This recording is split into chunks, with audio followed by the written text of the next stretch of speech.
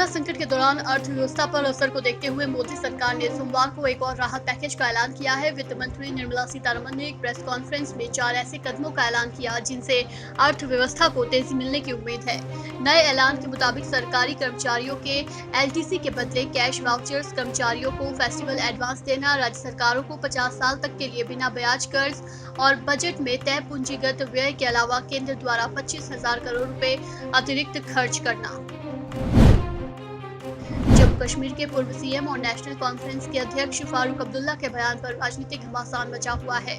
BJP प्रवक्ता संबित पात्रा ने फारूक अब्दुल्ला के बयान को देश विरोधी ठहराया है। उन्होंने कहा कि फारूक चीन की मानसिकता को सही ठहरा रहे हैं। फारूक अब्दुल्ला ने पहली बार ऐसा नहीं कहा है, उन्होंने पहले भी कई बार इस तरह के बयान दिए हैं। प्रधानमंत्री नरेंद्र मोदी ने वीडियो कॉन्फ्रेंसिंग के जरिए राजमाता विजया राजे सिंधिया की 100वीं जयंती पर 100 रुपए का सिक्का जारी किया। उन्होंने कहा, राजमाता के आशीर्वाद से देश आज विकास के पथ पर आगे बढ़ रहा है। गांव, गरीब, दलित, पीड़ित, शोषित, वंचित महिलाएं आज देश की पहली प्राथमिकता में हैं। पीएम ने कहा, आर्टिकल 370 खत्म करके देश ने उनका बहुत बड़ा सपना पूरा किया है और ये भी कितना अद्भुत संयोग है कि राम जन्मभूमि मंदिर निर्माण के लिए उन्होंने जो संघर्ष किया था, उनके जन्म शताब्दी के साल में ही उनका ये सपना भी पूरा हुआ है। भारत और चीन में सीमा पर तनाव जारी है। इस बीच रक्षा मंत्री राजनाथ सिंह ने सोमवार को 7 राज्यों और केंद्र शासित प्रदेशों में बनाए गए 44 पुलों का उद्घाटन किया। 286 करोड़ रुपए की लागत से तैयार इन पुलों का निर्माण हिमाचल प्रदेश, पंजाब, उत्तराखंड, अरुणाचल प्रदेश, सिक्किम और केंद्र शासित प्रदेशों जम्मू कश्मीर और लद्दाख में किया गया है। इसके साथ ही उन्होंने अरुणाचल प्रदेश में नेचिफू सुरंग का शिलान्यास किया। उद्घाटन समारोह के बाद रक्षा मंत्री राजनाथ सिंह ने कहा, पाकिस्तान के बाद चीन की तरफ से सीमा पर एक मिशन के तहत विवाद पैदा किया जा रहा है।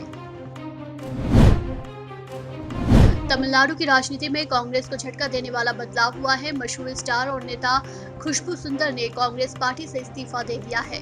खुशबू सुंदर ने अब भारतीय जनता पार्टी ज्वाइन कर ली है। दिल्ली में बीजेपी हेडक्वार्टर में उन्होंने पार्टी की सदस्यता दी। एक दशक के राजनीतिक करियर में खुशबू सुंदर का ये तीसरा सियासी ठिकाना है। खुशबू सुंदर की पहचान साउथ की एक मशहूर अभिनेत्री और प्रोड्यूसर के तौर पर होती है। मुंबई में 2 घंटे बाद एक बार फिर बिजली की आपूर्ति शुरू हो गई है। सोमवार सुबह 10 बजे से मुंबई महानगरीय क्षेत्र में ग्रिड फेल हो गया, जिस कारण शहर में बिजली आपूर्ति बाधित हुई। बिजली गुल होने से लोकल ट्रेन सेवाएं भी प्रभावित हुई। ट्रैफिक सिस्टम काम न करने के कारण कई जगहों पर पुलिस की तैनाती की गई है ताकि यातायात चलता रहे। वहीं महाराष्ट्र सरकार ने ग्रिड फेल होने की जाँच कराने का आदेश दिया है। हाथरस गैंगरेप कांड को लेकर सोमवार को इलाहाबाद हाईकोर्ट की लखनऊ बेंच में सुनवाई हुई। 2 जजों की बेंच के सामने पीड़िता के परिवार ने अपना पक्ष रखा। साथ ही उत्तर प्रदेश सरकार की तरफ से भी कई अधिकारी अदालत में मौजूद रहे। पीड़िता के परिजनों ने कोर्ट में कहा कि अंतिम संस्कार उनकी मर्जी के बगैर हुआ। हाईकोर्ट ने पुलिस की कार्रवाई पर नाराजगी जताई। इस मामले की सुनवाई 2 नवंबर को होगी। अगली सुनवाई 15 अक्टूबर को होगी। उत्तर प्रदेश में लंबे समय से विवादों में चल रहे परिषदिक प्राथमिक विद्यालयों में 69,000 सहायक अध्यापक भर्ती मामले में नया अपडेट आया है। सोमवार को बेसिक शिक्षा विभाग ने 31,661 अभ्यर्थियों की लिस्ट जारी कर दी। सचिव बेसिक शिक्षा परिषद प्रताप सिंह बघेल की तरफ से जारी सूची के आधार पर आगे की भर्ती प्रक्रिया पूरी होगी। अभी इस भर्ती मामले में कई विवाद सुप्रीम कोर्ट में चल रहे हैं। भारत में कोरोना के रोज 70,000 से ज्यादा केस आ रहे हैं। अब ठंड भी आने वाली है। देश में अक्टूबर के शुरू होते ही शहरों में प्रदूषण का ग्राफ तेजी से बढ़ने लगता है, खासकर राजधानी दिल्ली और एनसीआर में। ऐसे में लोगों को सांस संबंधी परेशानियों का सामना ज्यादा करना पड़ता है। राजधानी की हवा की गुणवत्ता इस हफ्ते खराब रही है।